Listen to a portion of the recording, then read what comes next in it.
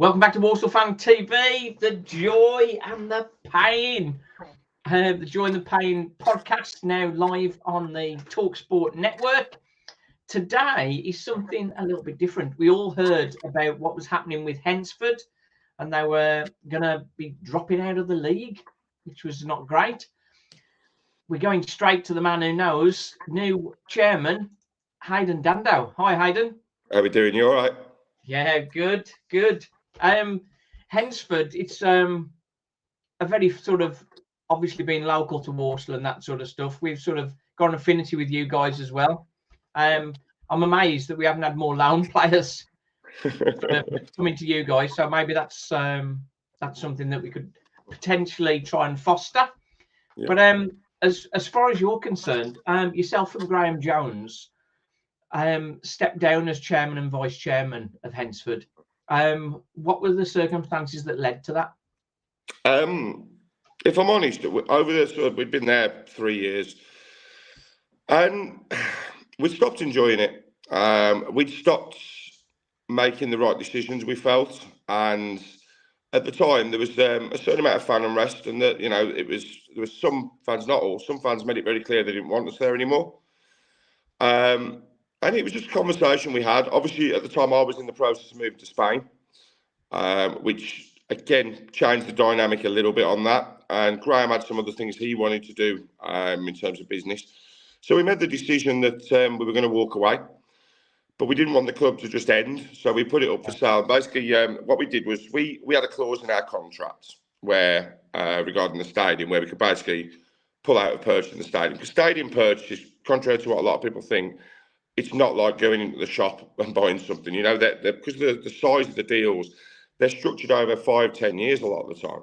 Yeah. And early on, we inserted a clause that would basically, if we came out of the deal, we could pull out of purchasing the stadium. Yeah. And obviously, we made the decision to do that. Now, at that point, we then made the decision that we didn't want any of the money back and things we'd put into the football club. So we wrote off all of the only debts the club had were to me and Graham. Yeah. So we wrote all that off, and we made the club available for sale for £1 from a footballing side. And then obviously Steve Price, the former chairman who owns the stadium, negotiated the deal for the stadium. Yeah. And it was all ready to go. And we thought, I think it was around March, the deal was done. And we thought, happy days, we can step away. The club continues. Somebody can come in who's got the drive and the ambition to push the club forward back where it needs to be. Yeah, I think, as we sort of said just before we came online, my conversations with Lee Pomnick, the chairman of Walsall, running a football club compared to any other business is a complete difference. Now, you have several businesses, don't you, Hayden? Yeah, I do. So I run a security company, I run a hotel, a few nightclubs and bars, things like that. But nothing quite like a football club. Would it be fair to say that you probably have more stresses from the football club than anything? Yeah, definitely. I mean, with the security company, we can deploy, a few hundred staff to look after high-profile people in events and football stadiums, and the stress is still about 1/10 of what it is running a football club. It is one of them things that on paper looks really sexy, it looks really cool, and then you start doing it and going, I spend all my days looking at bills and paperwork. That's all I do. I think the perception that, in fairness, Hednesford is quite a small club. I think the perception is, being a small club, sort of, it's not a big money thing. There's not a lot of finance involved. It's sort of very casual, and yeah, I wish. Yeah, I think the problem is non-league traditionally, and I'm going back to 20-30 years when I was a kid. Despite the fact I look older, I'll grant you, but when I was young, non-league football wasn't huge money. I'm going back to, again, when Hednesford were a conference side. The conference was a part-time league, and we were speaking before, weren't we, about teams like Wrexham and Notts County who were coming up, and they were in the conference last year, and they've got these multi-million-pound budgets. Now, what's happened for me is, over time in non-league football, it's sort of filtered down. It started off, big budgets at the conference, everyone going pro. Then you've got teams at step 2, and probably half of them are professional now as well. The semi-pro teams at step 2 have, not all, but a lot of them have got big budgets. Yeah. Then you go to step 3, and you're going, where does this end? We're now in step 4, And there's still teams I know who are knocking around with £6-8 grand budgets a week.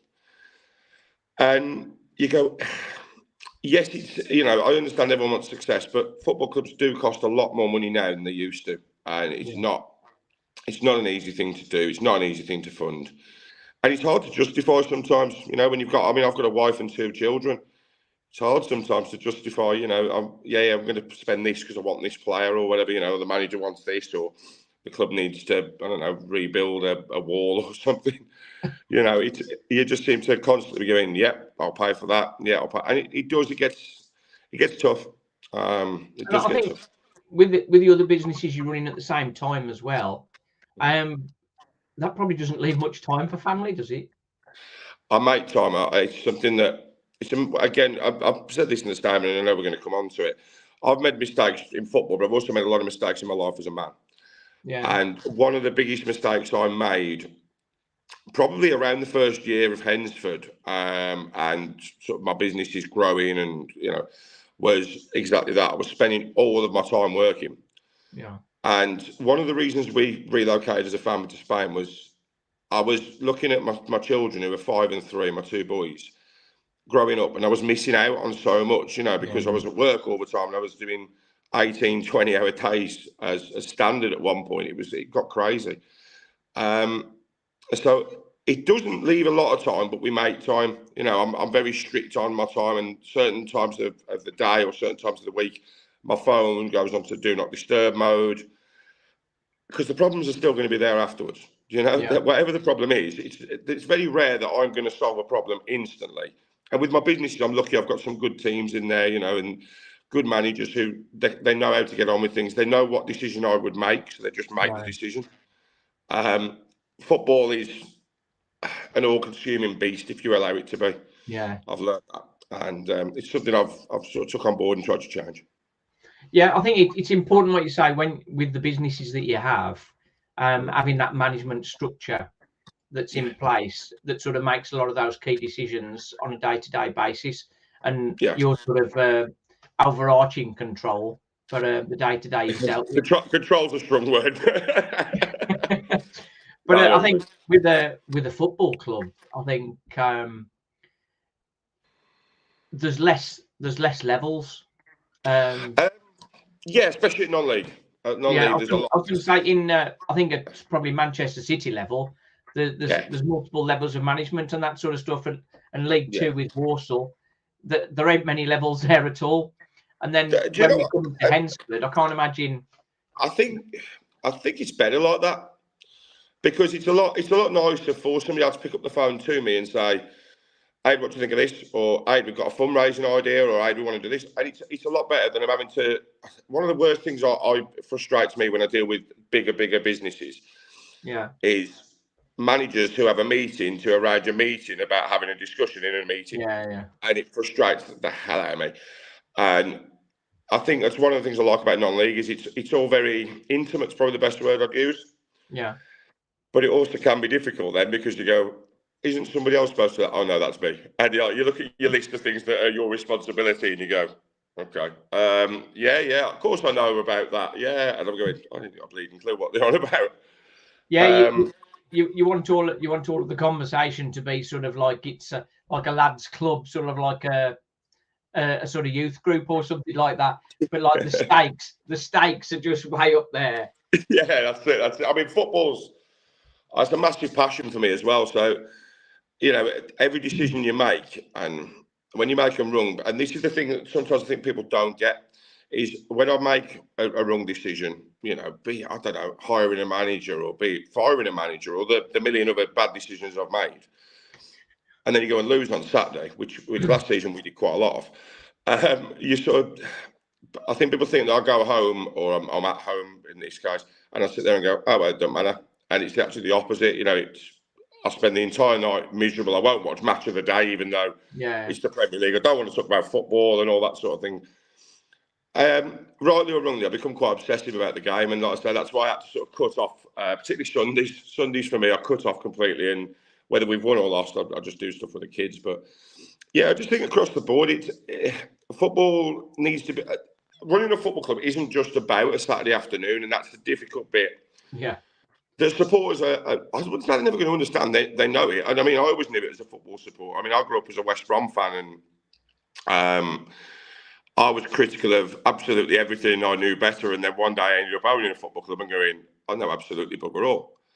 But as a football fan, you don't care about the electric bill. No. You don't care about, I don't know, grass seeding works that need to happen in the summer. You just don't. And, you know, you care about whether or not you're going to sign a new striker. Yeah. You care about whether your star player is going to stay, which is, there's nothing wrong with that. That's not a criticism at all, because that's the way I am, you know, when I look at West Brom and things like that. But I think it's difficult when you then go into the role and you realise how much else there is around it, you know. And I saw a comment, and it was critical, but it was actually correct. Somebody put once, but we were amateurs playing at football club, chairman. Of course, I'm an amateur, because I've never been on a course that tells you how to run a football club. There isn't, you know, you don't go to school and do your GCSEs in football club ownership. So, of course, I'm an amateur. It's not the same as running any other business either. No, it's not. It's not. And I mean, for me this time, it's even more difficult because Graham ain't here. And Graham did a lot of the work. You know what I mean? I'm not going to say he didn't, because I was still very much focused on the football. So right now I'm learning a load of new stuff, and I'm asking everybody around me, you know, volunteers and people who've been around the club a long time, and I'm going, can you help me? Because I ain't got a clue what I'm doing here. Yeah. You know, it's not something I ever particularly wanted or thought I'd be doing on my own. And I'm going to make more mistakes because, by God, I'm just learning as I go along. Yeah. I think one thing happened, I think it was last season, there was a Walsall action group, and they were doing a protest against the chairman and that sort of thing. And I happened to be in the exec lounge on that particular occasion. I don't normally go in there. Very nice. Very nice. I was just invited into there by one of our sponsors, which was quite nice. But after the game, Walsall won the match, and after the game, the protest was just not there. Yeah. And I can remember Lee Pomley had said, if we're winning, nothing else matters. If we're losing, the chairman's rubbish. And it's always down to that. If you're not winning matches, then the chairman's rubbish. He needs to go. I think to use Hednesford, I think Hednesford fans are slightly different at the moment, and I think there will be this season because the club came so close to not existing anymore. Yeah. And all of a sudden you realise, I think it's more where you realise that your football club matters more than one match day and more than one result or what even one season. At the same time, I do get what he's saying there, because I mean, obviously last season we got relegated, and we got relegated with a big budget, and it was a combination of reasons. We've got to take our share of that responsibility. Jesus, you know what I mean? We made mistakes as well. Yeah. And had we won the league or got promoted, everyone would be saying how great we are because we've got us up. And in reality, the one thing you can't control as a chairman or a part of a board of directors or a committee or anything else, you can't control what happens during that 90 minutes. No. You know, I'm sure the reffing in your leagues nowhere not any better than it is in League Two. To be honest, I'm always referees know me. I'm always so polite about it, but I never criticise them in any way. I'm sure that's true. Tough job. So. It's probably the only job in football that's tougher than mine. That's what I'd say. I think you say you had quite a big budget for the league, then, really. So last season. And was that sort of like a financial stretch, trying to sort of get back into National League? I think it was. It started off. The budget didn't start off massive. It started off okay. It was decent. Probably top 8 budgets. Yeah. And then we struggled early on, and so me and Graham, we did the one thing that you probably should never do, which was we tried to throw money at it to get ourselves out of trouble. Yeah. And instead of it being done right, we ended up with this massive turnover of players. You know, we went through 3 managers.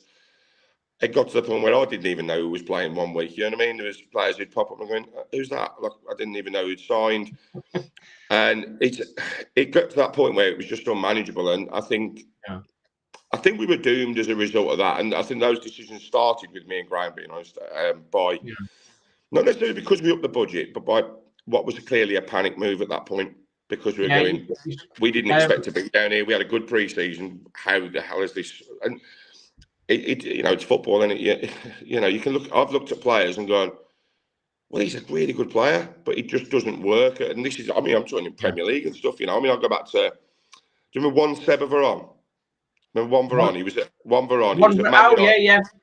Yeah. I remember I was a big fan of Italian football when I was a kid. Yeah. And I remember watching him, and he was fantastic at Lazio. He was like, and I was like, mate, this guy's amazing. Man United signed him, and he was absolutely dreadful. Yeah. And sometimes players just don't work out at clubs. And I think we had a lot of that last season where players that come in, you're going, he's a good player, and you can see he's a good player, but it just hasn't worked. And there's multiple reasons. I couldn't sit here and say we went down because of X, Y, or Z. We went down because of everything from A to Z, and that includes decisions that we made right down to players. I think you mentioned that with players, but you can get that with managers as well. They can do a phenomenal job, go somewhere else, and then it's like they're hopeless, sort of thing. Yeah. I think David Moyes, Chelsea, didn't he? I mean, he did a great job at Brighton, and then he's gone to Chelsea, and it's all kind of went wrong there, isn't it? So, you know, and David Moyes, of course, manager. You know, there's loads of managers who you look at, and they've gone into clubs, and you think, yeah, he'll do well there, and it just ain't worked. And that's at top level, right down, you know, to non-league. So I think it's all level, and you never know. I think it's fair to say it was underwhelming when Walsall appointed Matt Stadler as the new manager, having been one of the coaches from last season. But you never really know whether that's going to be a masterstroke or... You can go and appoint a name, and I think pretty much from League One down, you could go and appoint a big name manager, and it doesn't mean a damn thing just because he was a big name. Generally, most big name managers are players who were big names. You know, they're prepared to cut their teeth. And sometimes they just don't turn out to be good managers. Other times, like we say, you'll have a manager who's done a great job at club X, Y, and Z. It comes to your club, you sit there and you're going, yes, we've got the man, and it just doesn't work. You know, that's football, isn't it? And that's the beauty of the game, really. It's all guesswork. It's all guesswork, and everything. And any club who tells you different, ultimately, when you appoint a manager, you're sitting there and you're guessing and you're trying to hope that it will work. It's no different to an appointment you make in any environment. If I appoint a new manager in one of my businesses, what they're saying in an interview, you can say anything in an interview. And I mean, I'm not saying people lie. They do lie because I've seen it. But embellish. Yeah, people can come in and they've got these intentions that are fantastic. And in the interview, and you've just got to then take a gamble and guess that it's going to work. Yeah, that's the only real option. Yeah, I think the difference is with a regular, normal business is you let people go. But I think generally in football management, there's big contracts involved sometimes. I'm not sure in non-league, but I think with the managers you had to let go. Would you have to pay them off, or is it just a release? Yeah. Again, mistakes that we made over the 3 years we were there, were giving people long contracts. And it usually meant that we ended up paying them off. I think we sacked 2 managers, and we had 1 step down, and that was during the 3 years. And both times when we sat them, you have to pay them out because at the end of the day, they've got a contract. They've signed a contract, and you've got to honour it. You know. Yeah. But it's not cheap. It's not, and you know, again, it's one of those costs that you make a decision and you live with it. And do I regret some of those decisions we made? Yeah, of course I do. Do you know what I mean? I'm not going to say I don't. The thing is, you make at the time for the right intentions. Never once do you make a decision thinking, I hope this goes wrong. Oh, clearly, yeah. But I mean, would it be possible to employ a manager on a regular contract? So, what's a normal employment contract? Yeah, just a normal employment contract. Legally speaking, yes. In reality, no manager's going to sign that because it gives them no security. You know what I mean? And managers at non-league, and what I will say for managers at non-league, a lot of clubs don't pay them during the summer. Now we do. It's something I'm quite principled on. And the reason for that is player's season finishes in May. Okay, player then sits on his bum for 2 months. I know his day job and that, but he doesn't play football. He doesn't need to train. Some players do, and I'm not saying all players are lazy or anything like that, but they've got no responsibilities. Manager season finishes in May. By the second week of May, he's already looking at when's he coming back for pre-season, what's his pre-season schedule. And so they're always working. That's right. Yeah. And the number of hours that I think a non-league manager does compared to what he's technically employed to do is totally different. So I think you'd always find that they'd say, well, I'm not going to sign a regular employment contract. That's going to be for 10 hours a week. When in reality, I do probably 30, and yeah. No, but even if it was like a proper salaried position, on a decent, perhaps more money than he would get if he had a regular contract. But on the basis of as long as you don't mess up, you're going to be here for 3 years. But if you do mess up, you get 1 month's notice. That's it. But I mean, it's all negotiable. You know what I mean? It depends who the manager is. It depends what his attitude towards it is. Some managers in non-league, most managers, to be fair, in non-league do it for passion. They don't do it for money. Yeah.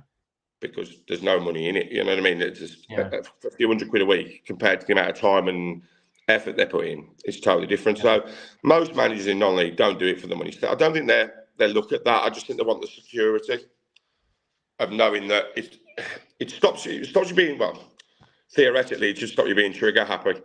Yeah. Because you've got to pay out ultimately.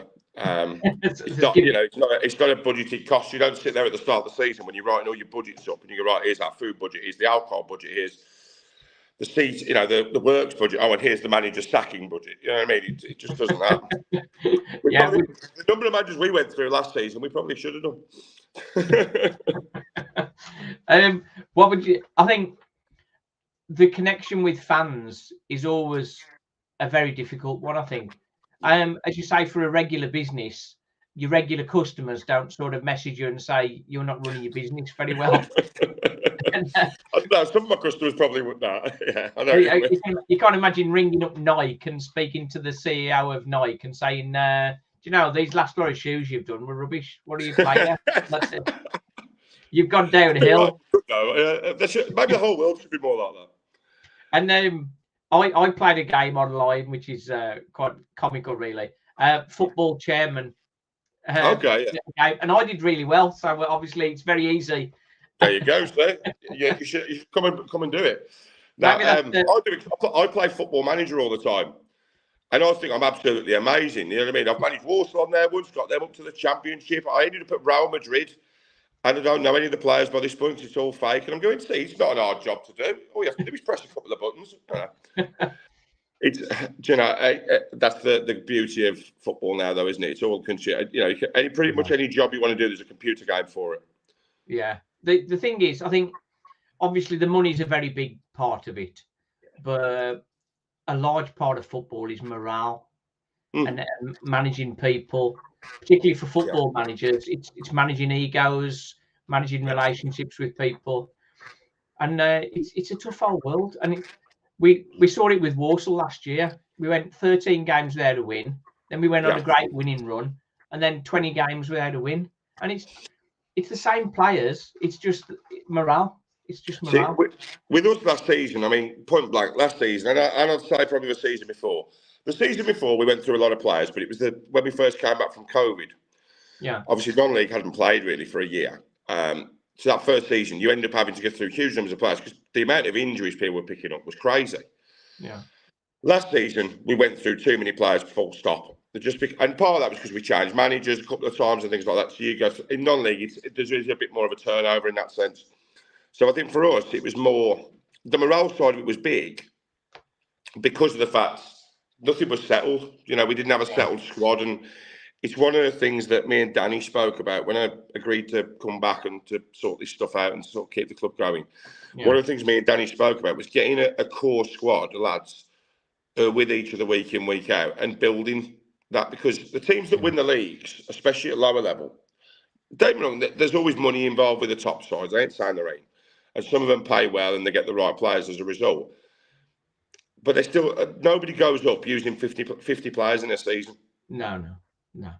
And I think for Walsall, it's slightly different because obviously it's a full-time club. So the players are there and they're settled because of transfer windows and all that. We don't have that. No. Like we can sign players up till mid-March, anytime you want. Yeah. And we did most weeks. But I think for Walsall last season, I mean, obviously I watched little bits of it because my security company looks after Walsall. Yeah. And I watched little bits in certain games. I think the side is a good side. You've got some very good young players as well. That's Yeah. the one thing I'll say for Walsall is you've got some young lads, and I'm looking at them going, yeah, he's got a chance in. Yeah. It's been difficult for Walsall. I think the progression through the youth team has not been good in the last couple of years as it could have been. No, and you think back over the years, some of the players Walsall have produced. You know, I would go back to when I was a kid, Kyle Lightbourne and players like that. Who, you know, he was there. I can't remember if Walsall produced him, but I know he was there for years. Matty Fryer, players like that. Yeah. Who was the keeper? Jimmy Walker, the keeper. Jimmy Walker, You know, yeah. you brought through and you had players for a long time at Walsall, and I think again, if Walsall can get back to that, where you've got players who are with you for a long time, who buy into what the club's about and buy into, you know, trying to get Walsall back to sort of the Championship and League One, which is where the club should be, so that sort of level, I think. You've got a chance because you have got some good players. Yeah, I think, as you say, it's that progression. You need to. I think Walsall last year had a lot of injuries, which sort of derailed us really. Connor Wilkinson was sort of the top earner by a country mile, and he had ACL end of the previous season, so he was pretty much out for the season and a lot of your budget. And that's the bit that I don't think any of us look at as football fans. You know, no. I did it to use the Albion as the example. I remember when we signed Daryl BK, and I was excited, and then he got injured, and your immediate reaction is, well, surely we've got to buy somebody to replace him. Yeah, with what? Your immediate reaction as a fan. But then it's only when you're running a club, you're thinking, yeah, but his wages have still got to be paid. So all of a sudden, that's an unbudgeted cost that might not be able to be met. And similar with that, with Connor Wilkinson getting his injury and an ACL, you know, it's not a nice injury. You've still got to pay his wages. And obviously, it's budgets, you know, especially the lower down the pyramid you go, the more tight those budgets are going to get. Yeah. Look, I had a ACL myself, and that sort of finished me playing. But Walsall had Josh Labadie as well. He was like a second senior player. Both had ACL at a similar time. Pretty much wiped out. It's crazy when you look at clubs that when that happens. I mean, Everton last season, when Everton sort of went on their massive dip and it looked like they were going down, and you got Calvert-Lewin was out. I think they had, I can't remember off the top of my head, but they had about 5 players who were all first team or close to first team regulars out for like 6 months. You know, you can't legislate for that. With the best will in the world, you can't pre-plan for that. And the thing is, if you replace it with too much, you end up going bump, and and that's the ultimate struggle. Do you know what? And that's the thing. And I mean, I've been straight with everybody when I've come back in. I've said I have not got the money that I had when Graham was with me. Do you know what I mean? Yeah. We haven't got that kind of money to spend. So our budget ain't going to be massive. It's going to be, we're not going to be paupers. We're not, you know what I mean? We're not going to be running on a 50 quid budget or some of the, you know what I mean? Or expenses only type budgets, as I call it. But we're not going to be paying big money. We're not going to be signing big name players, you know what I mean? Or ex-Football League stars and all this stuff. We just want to build a good team and a team that the fans can be proud of, that, you know, even if they go and lose, that they're going to give you 100%. And we're just going to try and build something so that it's not about what I can do with the club.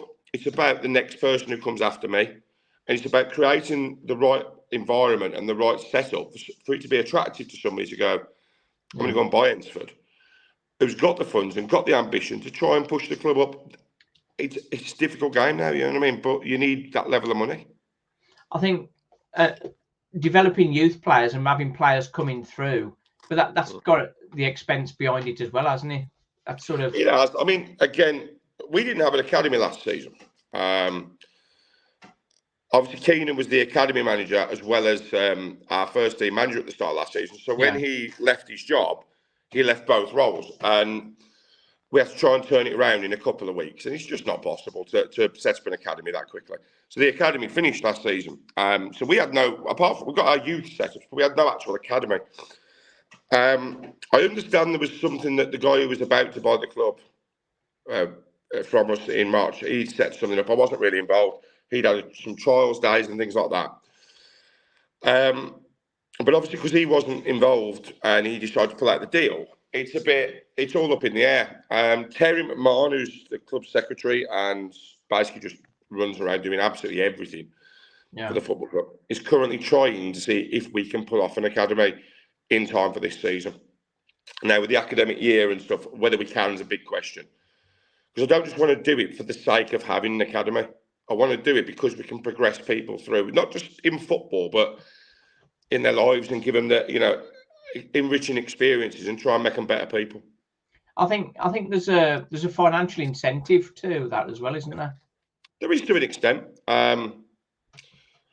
It's a bit less at non-league, if I'm honest, because it's difficult to say that a lad's going to make it. You always get the odd one. I mean, Hednesford have been, it's always they brought through some really good players. Ashley Williams started at Hednesford, Corin Bramall. We had Tyler Allen, who you guys had last season. He was on loan Allen, a couple of years ago. Great lad, absolutely great lad, and a good player. So we have brought through players. I'm not saying that they haven't. Is it a financial benefit for a non-league club? Yes, but only in the very rare Jamie Vardy circumstance, Generally, if you're dealing with a good football league club who have got morals and deal with things the right way, you might make 10, 20 grand, they'll chuck you, even if they don't need to. It's the right thing to do. There are some clubs, and I'm not going to name who, but there are some clubs who are morally bankrupt and would literally go, no, wait till your contract at Hednesford finishes, then come and sign for us, so we ain't going to pay nothing for you.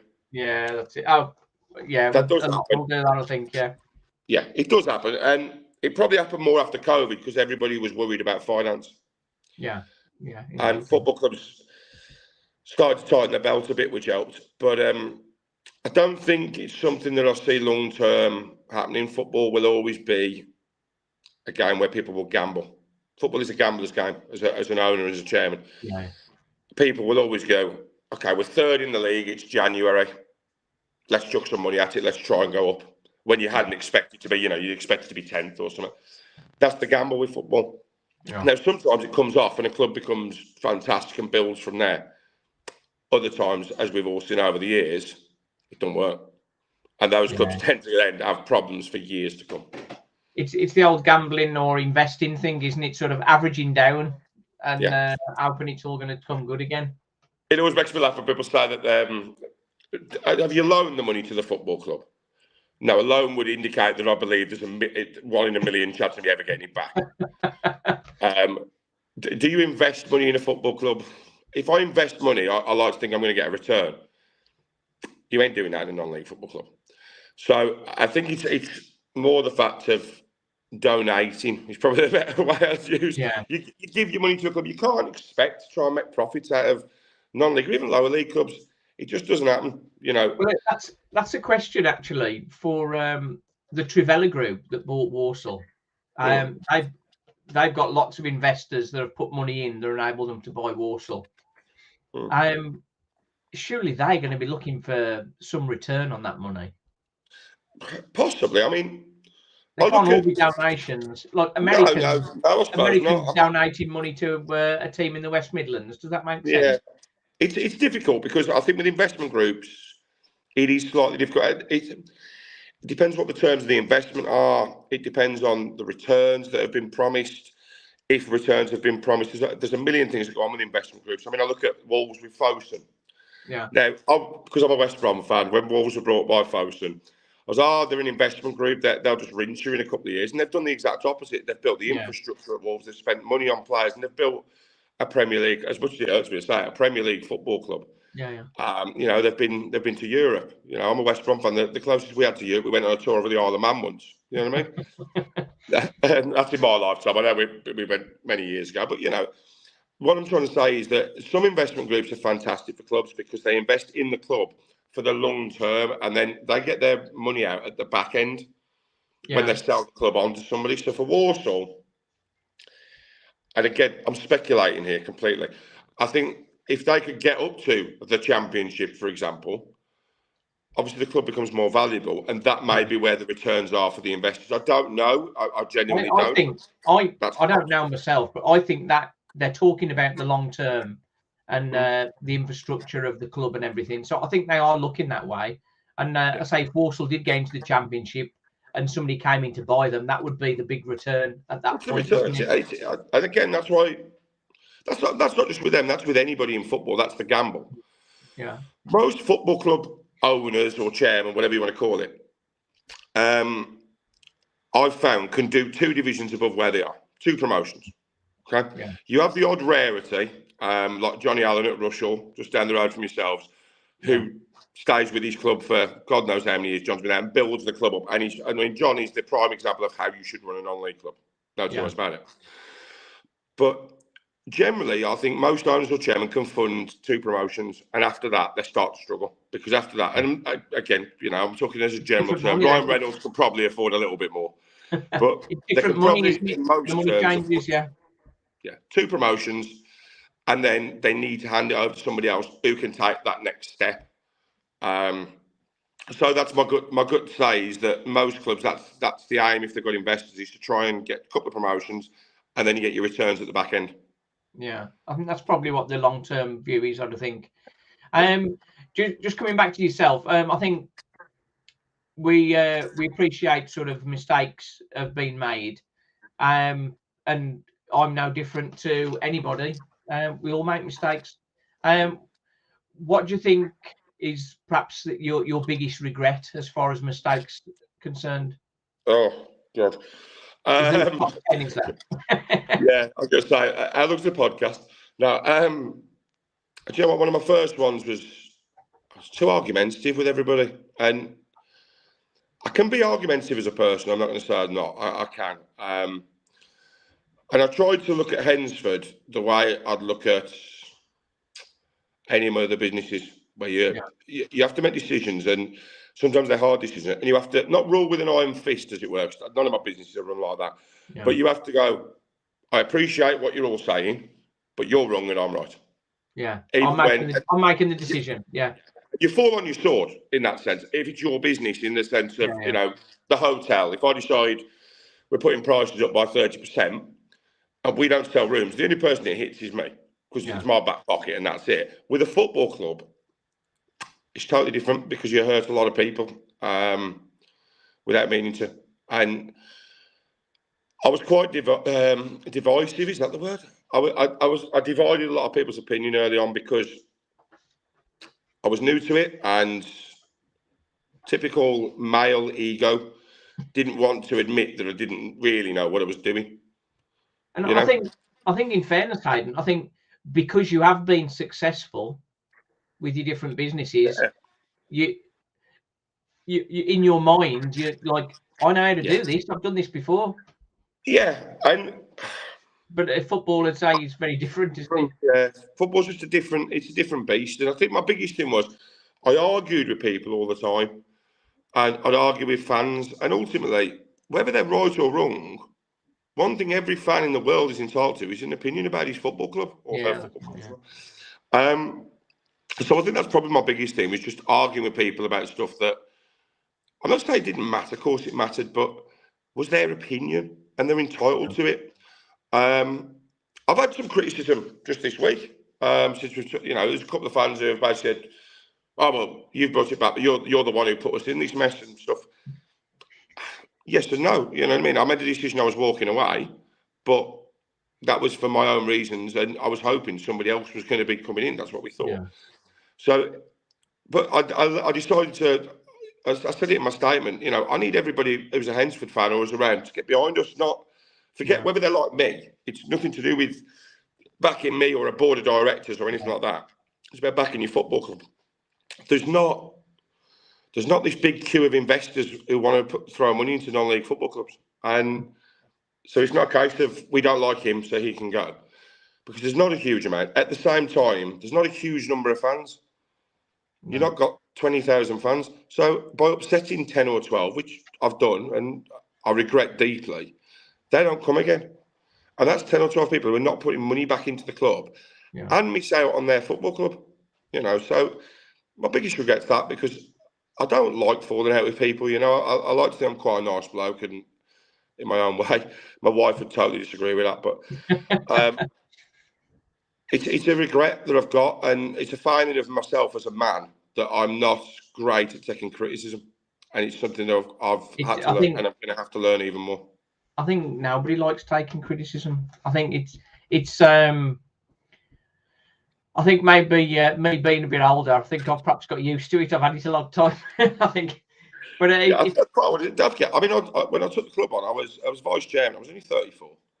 yeah, I'm 37. I look a lot older, but I was 34 years old. I'd only been in business probably 5 years.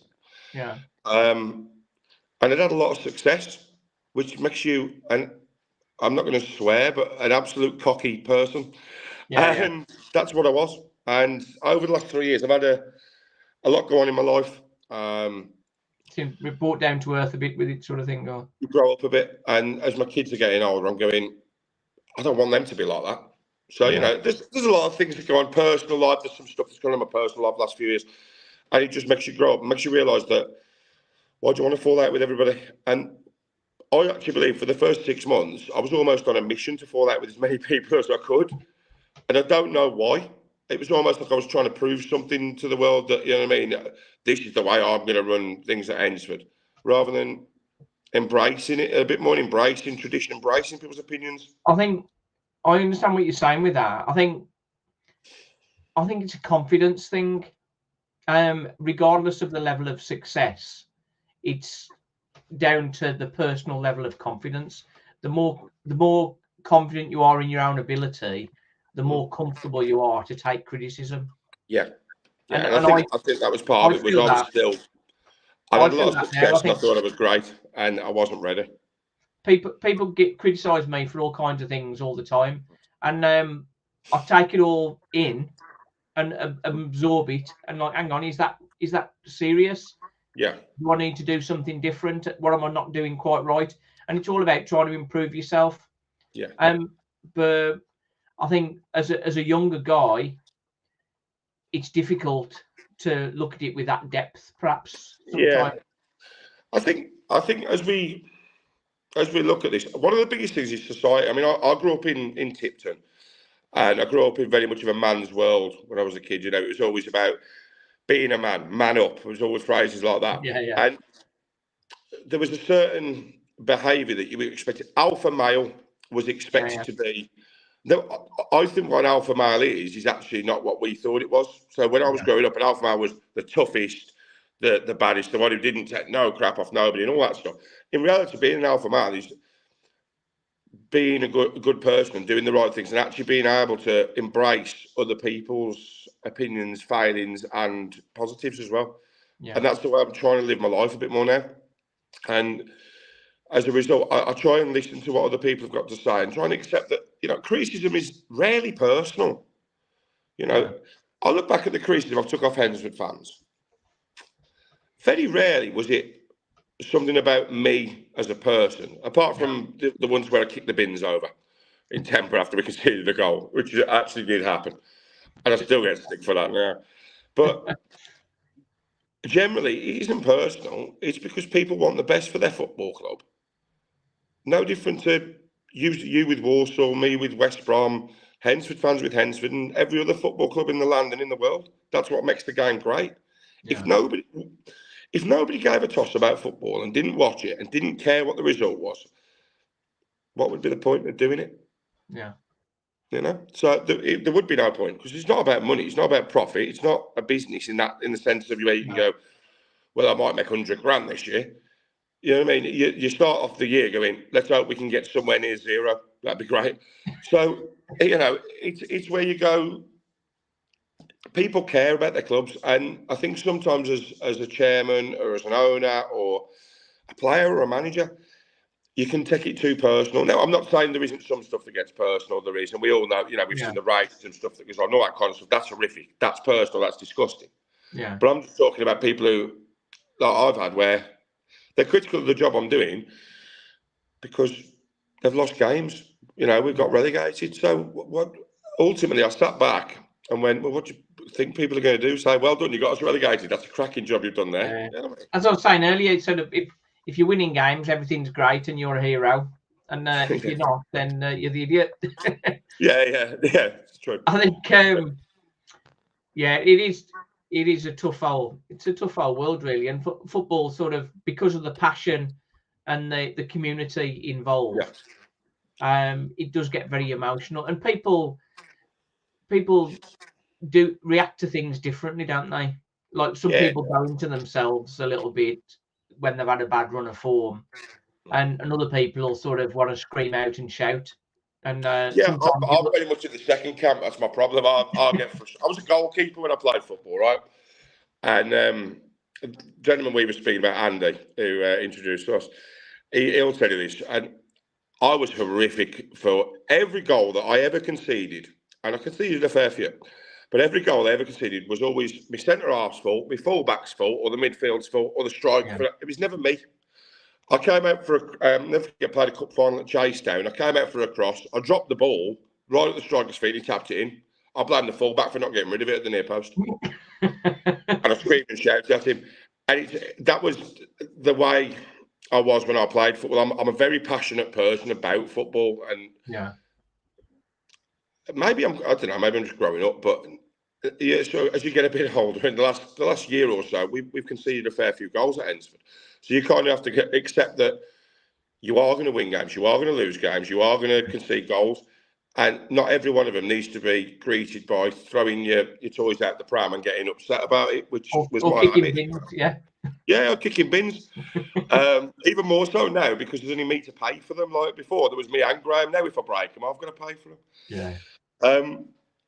But yeah, you do, and I just think you learn a bit more over time. And with what Hednesford's just been through, I think it's nice that Hednesford just exists right now, first and Yeah. foremost. And being able to, I think our season's August the 12th. I think we start.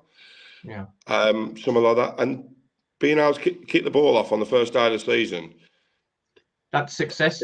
That's success right now for us because we're still there. And I think the first day of the season is always magical. Every club in the country, you sit there in the pub beforehand or having your pie and walk up to the ground and going, we'll win the league this year. Every single club has to say, we'll do it this year. We'll do it this year. Apart from me, because I'm a West Brom fan, we always go, we'll try not to get relegated. Well, But no, so there's 24 teams in the league. You interview all of the clubs, and they'll all think they're going to finish top half. Yeah, of course. Nobody ever. Right, I've never had anybody come out pre-season and say, especially as an officer of a football club or a manager, and they say, "So how do you think you're going to get on this year?" Crap, mate, we're going to get relegated. It never happens, does it? You know what I mean? You stay off, I'll be happy. I think, yeah. Everybody, yeah. As long as we finish somewhere there or thereabouts is the phrase that people always quote. We'll be there or thereabouts. What the hell does that mean? I think for us this year at Hednesford, I think just kicking off the season's the first success. And, don't get me wrong, season's a long season. Will I still be there at the end of the season? I don't know. It depends what happens and if somebody comes in. I'm there as long as they need me. Yeah. And if I am still there come next May, and, we'll see where we are. We've got a manager we were talking about managing money earlier. Danny Glover I've never worked with somebody as loyal as him to a football club. Like, I really haven't. It's incredible. He's been knowing that this has been going on in bits, but even he was kept pretty much in the dark until the day where the deal collapsed and we went, oh crap, we've got to resign the league because there's certain dates you have to do things by. Yeah, that's right, yeah. And we had 6 hours. So we had to put the resignation in because otherwise we'd have breached the time limit and we'd have been out anyway. Yeah. And then I saw the outpouring of grief. And the best way I can describe it was like watching people mourn for a family member. Yeah. I don't watch your outpouring of grief football. Socials for it. It was horrible. Football, very rarely do people change their football team. So once you're a fan of a particular team, that's set. That's set, and it does upset you when things aren't going well. It was horrible, and I sat there the night the statement got out that Hednesford were dropping out of the league, and we didn't put that statement out, but obviously we knew it had to go out. So no, I'm not criticising the people who did it. And I watched this grief, and I went, I can't do this. I just sat there and went, I can't just sit here and watch a football club die. Yeah. And we had just 7 days basically to get a deal completed, some kind of lease agreed so that we could start Keats Park. Yeah. And lots of paperwork and all the other bits that we had to try and stay playing football. And this is not me blowing my own trumpet, by the way. Physically, I was the only person who could have got the deal done because I was the only person who knew enough about the limited company and wouldn't need to do due diligence on it. Yeah. Whereas anybody else buying any business is going to want to do due diligence. Nobody's going to buy a business blind. No. So, we made the decision. I spoke to my wife and I went, it was hurting me, 143-year-old football club, and I feel like I need to do something. I'd made the decision to walk away, and I'd promised my wife I was walking away from it all. And then I can't let it die. And she agreed with me, and we said, look, we'll just do it. And I spoke to Graham, and me, Graham, Steve Price, and Terry worked for basically a week solid to get that the FA to approve us to stay at step 4. And when we got that last Friday, that was nice. It was a nice moment. I spent all day pressing refresh on my emails. I've got an office out here, a place called Alfaz Del Pay, and it's like a shared building. There's about 10 companies in there, and 8 of the other companies were also sat around. There's a Swedish company, and they're all sitting around with me while I'm pressing refresh to find out what's happened. Like, you know what I mean? So it was nice and it was emotional, and it was just nice for Hednesford fans that the club still existed, because I know how much it means to people there. Yeah. It's their football club, like you said. You don't change your football club. No, I think on a personal level, it must be very difficult for your missus. So you're obviously a very busy guy, and the thought of you walking away from Hednesford and having more time, I can imagine the feeling that she would have, that she's going to have another little small part of your time. I think she was happier when I said I was going back, because it meant I was out the house.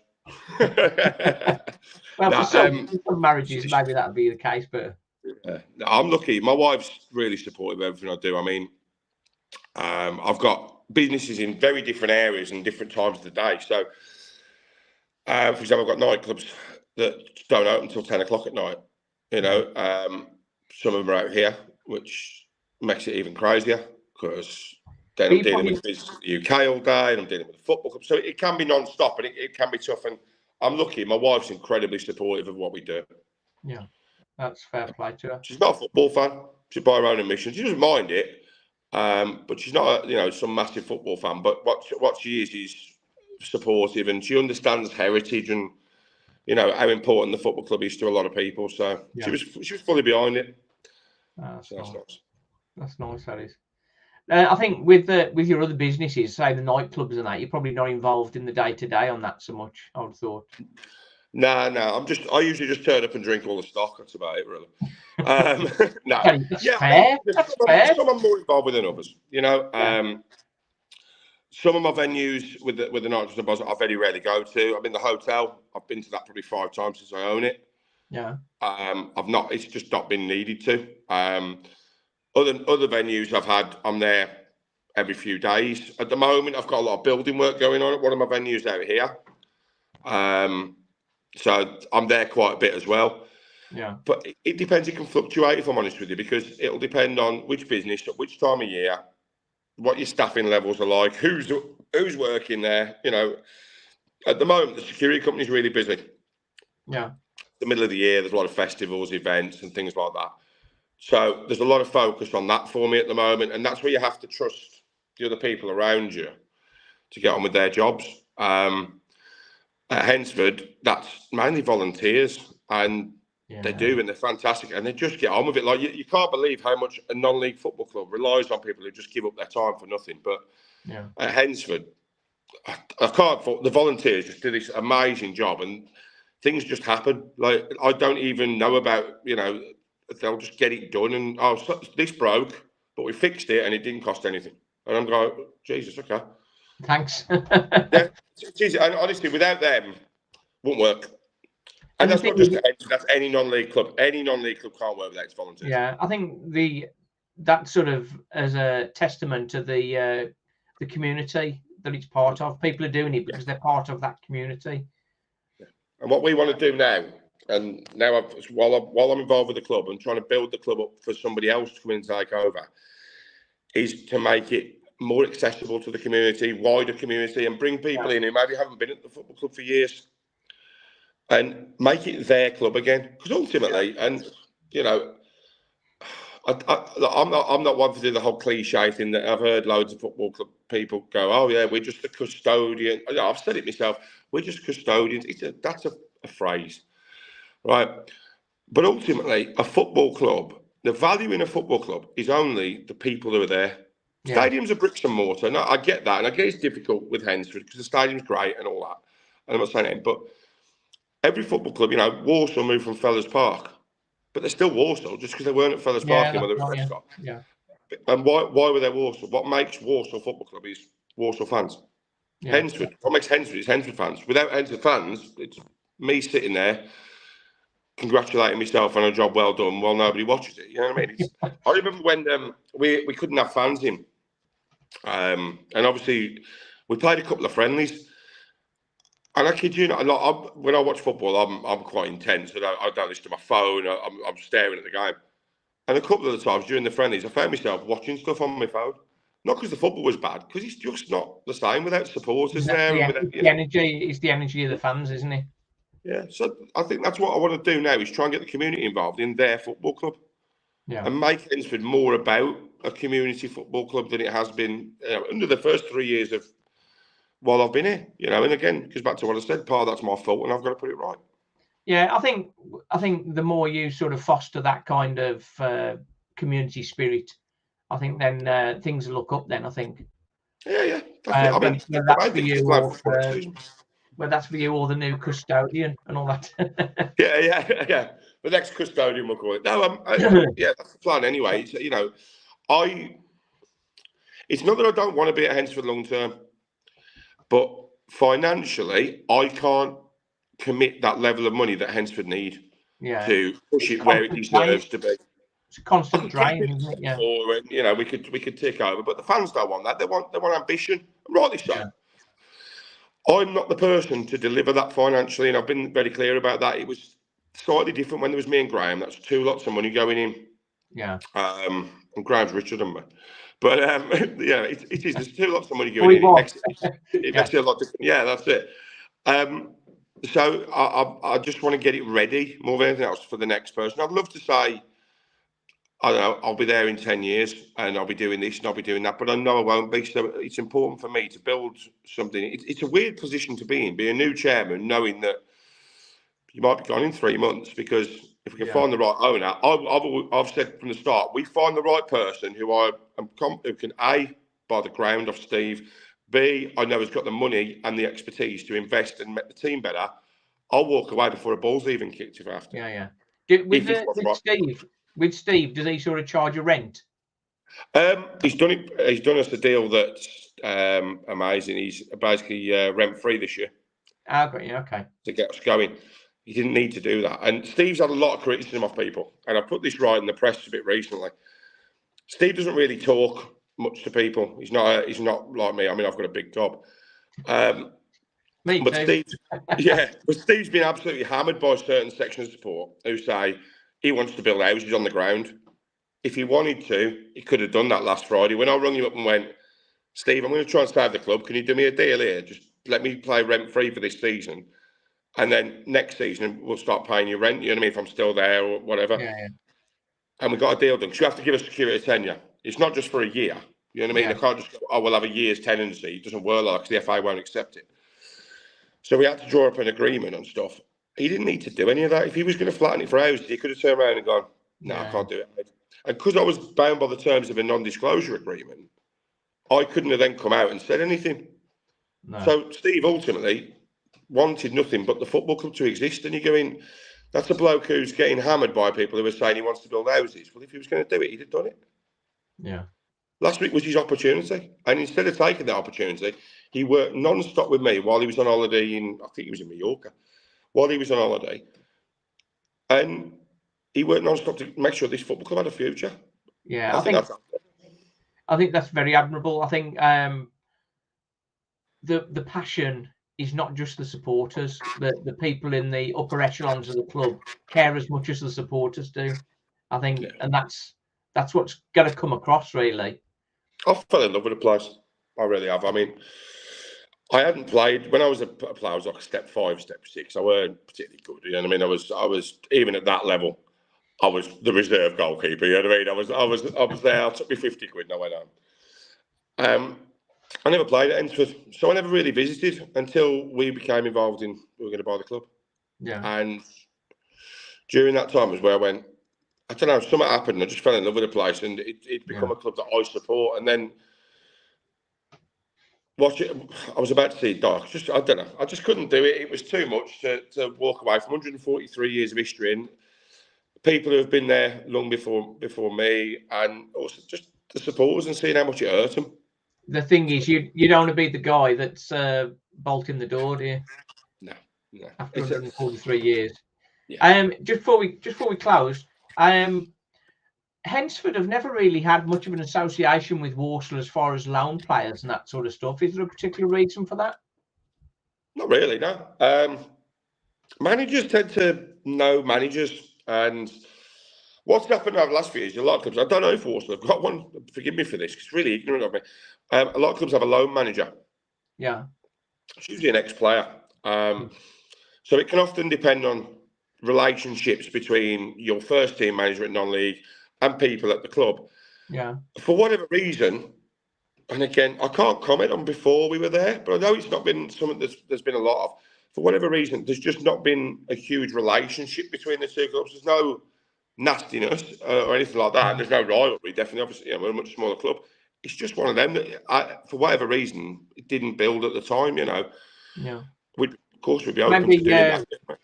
Maybe a call from yourself to Rob Williams, the academy manager, perhaps. Yeah. Well, obviously, again, we only started looking after Walsall last season with the security, so I'll start tapping up. So I'll do a bit of a discount here if you can tell me. I'm pretty sure we're not allowed to do that actually, so I won't do that just in case I get in a lot of trouble. And it's all about building relationships, and that's right. Yeah, I think we're lucky really to have so many big clubs around us. I mean, we've had loan players off Vale, off Stoke, Albion, Wolves, Blues. Don't think we've had one off Villa. This is over the last 3 years. So we've been lucky. We had a goalkeeper last season from Notts County, Tiernan Brooks, who's now just been called up to the Republic of Ireland under 21s. Yeah, that lad he's a special keeper, and when you look at somebody, you go, you're going to be a professional when you're going to do well. He's absolute quality. But so we have been lucky with loans. The difficulty is it's getting the balance right, and it's what the manager wants at the time. Yeah. If you've got a manager, if he's looking around his dressing room and he needs somebody, but he needs a bit of experience, you're going to get that in a loan. Yeah. But equally, you can look around your dressing room sometimes and go, it's November, the pitches are heavy, and we look a bit leggy. We could do with a bit of freshness, and that's where you do look at young players. So for me, I'm not getting involved really on the playing side. I haven't got the time, the ability, or anything else. I'm letting Danny get on with it and just he cracks on. I trust the lad. He's Hednesford through and through, so you know what I mean. He's just cracking on with it. But it'd be great if we could loan some players off Walsall. So if Walsall, if the Walsall management are involved, give me a shout. I'm not going to direct line to Matt Sadler, but But I think it's something that we local clubs should be sort of working together, shouldn't we? Yeah, definitely. I think non-league football clubs rely on big clubs. At the moment, one of the headaches we've got, obviously we're trying to set up a pre-season. We're sort of 6 weeks behind everyone else. So we're trying to set up a pre-season in a week. Yeah. And home gates are vital in pre-season for you because they make you a couple of quid. Yeah. And that helps you through, the months where, especially at non-league, you can have games called off left, right and centre. Yeah. And we're struggling a bit at the moment to get a couple of home games against bigger clubs. Purely because they've already, and it's not their fault, it's because they've settled their pre-seasons. That's right, yeah. We're sort of working with a couple to try and get things done. But again, and I'll put this out there, if, any sort of football league clubs can rustle together a team to come down to Keys Park, you're more than welcome because it is. Yeah, it'd be nice if Walsall could get a team down for you. And it'd be fantastic to have Walsall down there. It's weird for me. I'm an Albion fan, but I've got, obviously, Walsall I care about because I look after the security. And again, it's like every football club. You start going to games, you start caring about how they get on.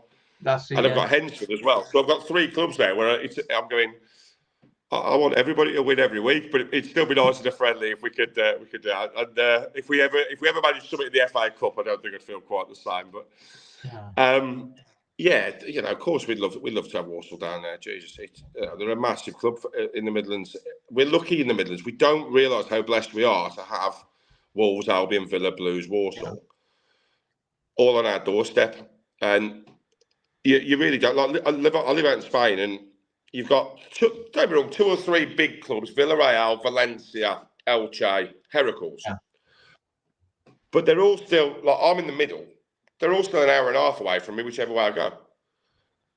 You know, in the Midlands, we're no more than about 20 minutes away from a proper, good quality football club, which, you know, I think it's fantastic. And then we're blessed with a lot of, to go on there, we're blessed with some great non-league clubs: Kiddie, Telford, Rushall, Stourbridge. Yeah. All the, you know, there's some really, really good clubs, and there's us as well, of course. Who, the club's great. I'm still learning, but yeah, yeah, you know, we are lucky really in the Midlands. So it's hopefully we can get something sorted. Okay, nice one, Hayden. Thanks very much for coming on. The mantra on our channel you'll be very familiar with now: the joy and the pain. Yeah. I think as you've definitely experienced that. What we've heard. It's been great to listen to you, mate. That's been really good. Thanks for coming on. Appreciate it, man. Wish you all the best, and hopefully we get some Walsall players down there at some point. Let's hope so. Let's hope so. Thanks, Excellent. mate. Thanks for watching. Thanks for listening. Cheers, boys.